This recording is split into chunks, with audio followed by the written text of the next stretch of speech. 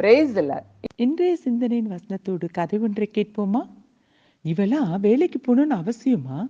எதுக்கு இப்படி வேலைக்கு போறா? நல்ல பணக்கார வீட்டு பொண்ணு தானே அப்படின்னு அகிலாவை காதுபடவே பேசினாங்க. எல்லாம் படிச்ச திமிருடி, பணம் சம்பாதிக்கணும், எல்லாம் பண ஆசை அப்படின்னு வாய்க்கு வந்த மாதிரி பேசினாங்க. அகிலா யாருக்கும் எந்த பதிலும் சொல்லலை. அவ பாட்டுக்கு தினமும் வேலைக்கு போயிட்டு வந்தா. ஆமா, அவ புகுந்த வீடு என்னவோ பெரிய பணக்கார வீடு தான். இருந்தாலும் அகிலாவுக்கு தான் படிச்ச படிப்புக்கு ஒரு வேலைக்கு போனா நல்லது தானே அப்படின்னு தான் போயிட்டு இருந்தா. அப்பதான் அந்த 3வது வீட்டில் இருக்கிற அக்காவோட பையன் 10வது படிக்கிறவனுக்கு ஃபீஸ் கட்டணும்னு ஒரு நெருக்கடியான நிலை.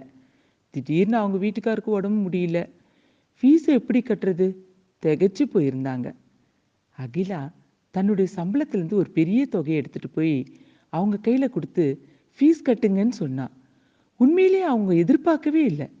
வேணா அகிலா, எதுக்கு இந்த பிரச்சனைலாம்? நாளைக்கு உங்க வீட்டில் யாராவது வந்து கேட்பாங்களே அப்படின்னு சொன்னாங்க.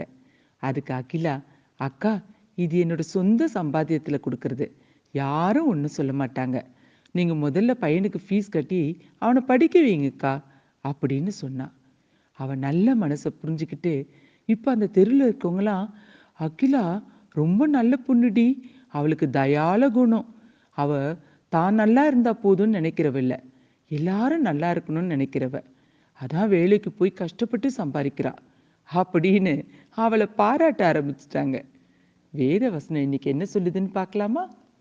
தேவன் என் நிந்தையை நீக்கி விட்டார். ஆதியாகமம் 30ஆம் அதிகாரம் 23ஆம் வசனம். ஆமாங்க, நிந்தைன்றது பழி சொல். ஒருவேளை நீங்களும் பலவிதமான பழி சொல்லால ரொம்ப துக்கத்தோடு இருக்கலாம். இன்னைக்கு கர்த்தராகிய இயேசு கிறிஸ்து அதையெல்லாம் நீக்கி விடுவேன்னு சொல்றாரு. அப்புறம் ஏன் துக்கத்தோடு இருக்கிறீங்க? God bless you all.